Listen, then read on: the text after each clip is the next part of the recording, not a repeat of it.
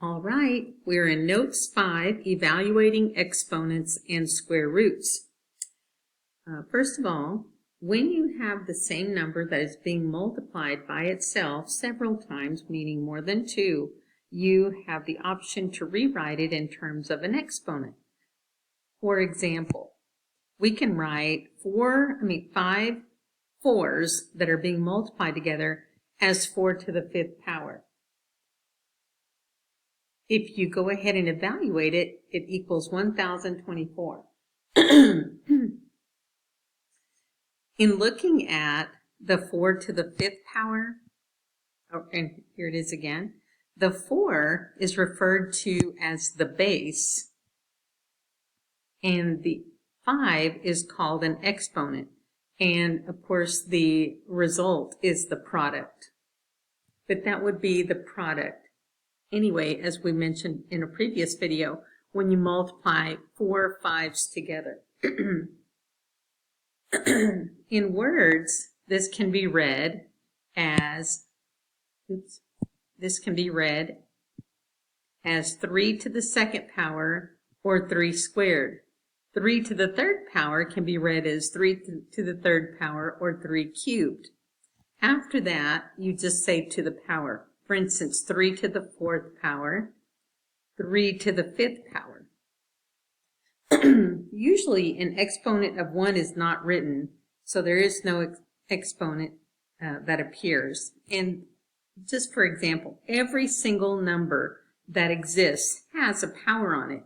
When you don't see 1, it is because it is a 1. Same thing with this 5 here. So just know that actually every single number has an exponent.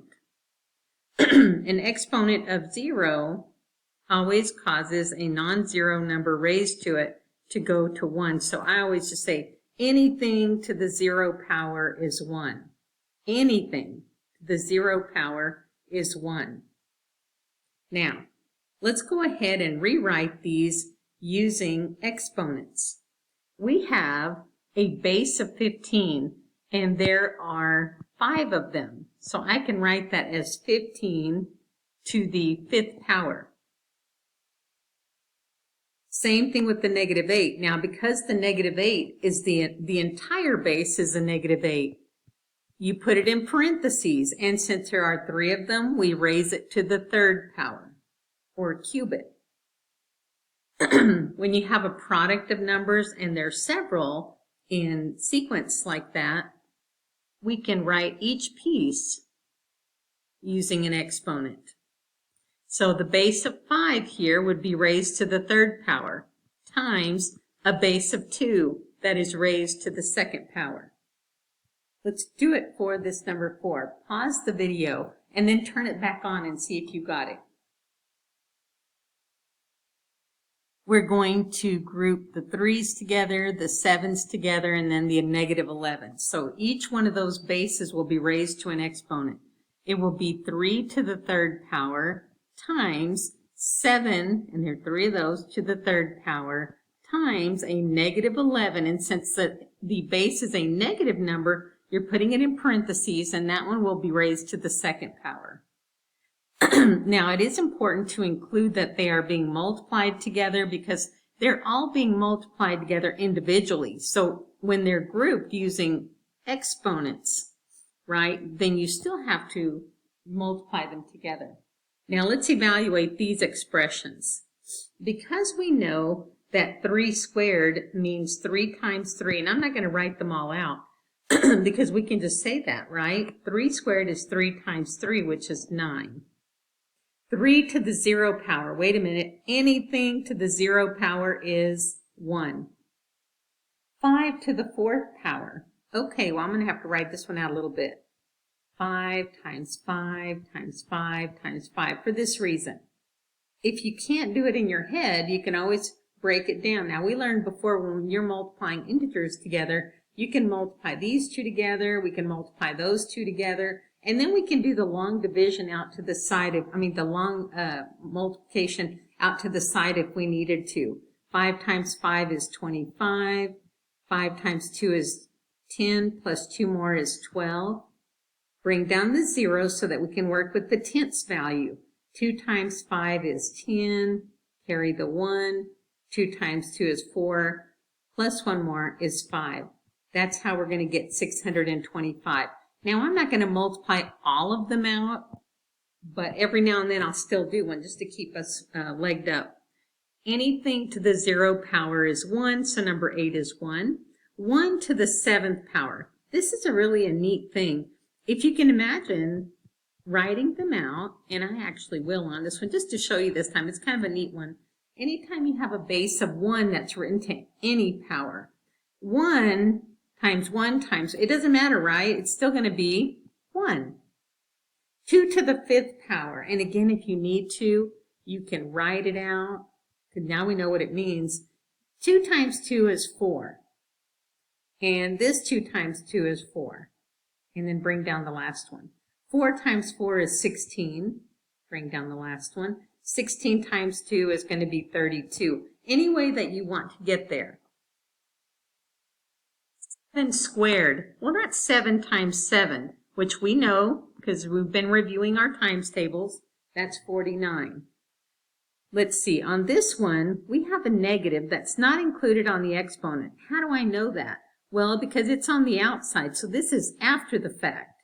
So we're going to take care of 7 squared, this part first. So we have 7 squared is 49, and that negative is after the fact. This one is different, isn't it? Because the negative is actually included in the exponent. So we have negative 7 times negative 7. We learned that a negative times a negative is going to be a positive. So taking the absolute value of that, multiplying by the absolute value of that then, I said that wrong.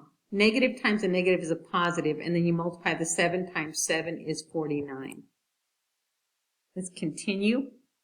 Okay, here's some more examples that will illustrate what I kind of got a little vague on there.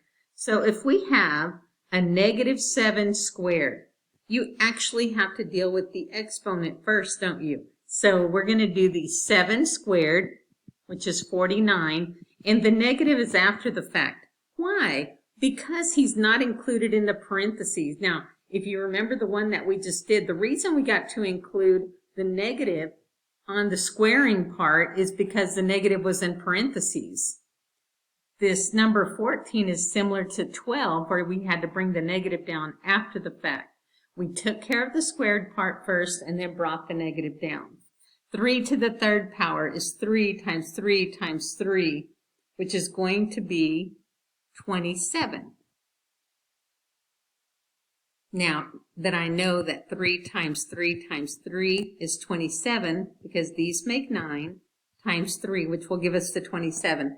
That's important because I'm not going to work on the number part on the next two. I want to work on the sign part. If I have a negative 3 to the 3rd, remember the power is only on the 3 because he's not forced onto him with the parentheses. So we have 3 to the 3rd power is 27, and that negative is after the fact. Same thing over here. The 3 is only on, the exponent is only on that base of 3, not on the negative. So we're going to take care of 3 cubed is 27, and that negative is after the fact. Now on number 18, negative 3 to the 3rd power, we actually have negative 3 times negative 3 times negative 3. Remember how we looked at pairing negatives, right? A negative times a negative is a positive 9. And then, of course, when you multiply it by a negative 3, a positive times a negative is a negative 27.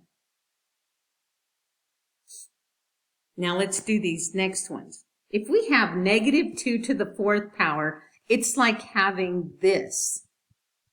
But I want us to use something we learned before. If you have an even number of negatives, and I can't show you my hand here, but remember in class, when you have an even number of negatives, they pair up, don't they? This makes a positive 4. These two make a positive 4. And then positive 4 times positive 4 is 16. So for the next few, we're working with the number 16. The number is the part we're interested in. Here, It's like when we did before, the exponent is only on the base of 2, not on the negative. So this is going to be 16, and the negative is after the fact. Here, 4 negatives, we saw that before, didn't we? It's on number 19. That part of it is 16, and that negative is after the fact. And again, 2 to the 4th power is 16, and that negative also is after the fact. He's not included in the exponent. Okay, before we look at some prime factorization, let's look at the definitions, and then we'll put this in another video. Okay, a factor is any number that divides into a number evenly. In other words, it has a remainder of 0. We've seen that. A prime number is a natural number that has exactly 2 different factors, one in itself.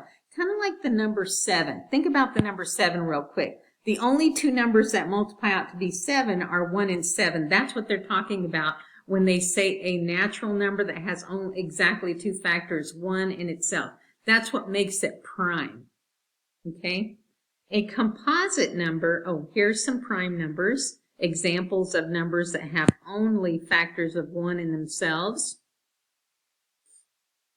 A composite number is a natural number other than 1 that is not prime. Composite numbers have more than 2 different factors. And we'll show you examples of that in just a minute. Note that 1 times 1 is 1, and 1 is the only factor of 1.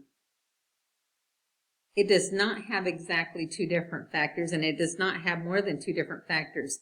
Thus, 1 is neither prime or composite. 1 is special in that way.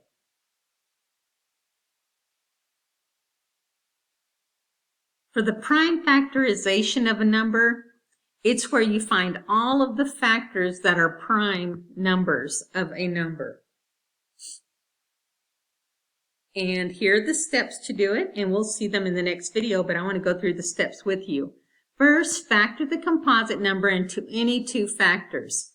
Factor each of those factors that is not prime, and continue the process until all the factors are prime. And we're going to go ahead and do that in the next video.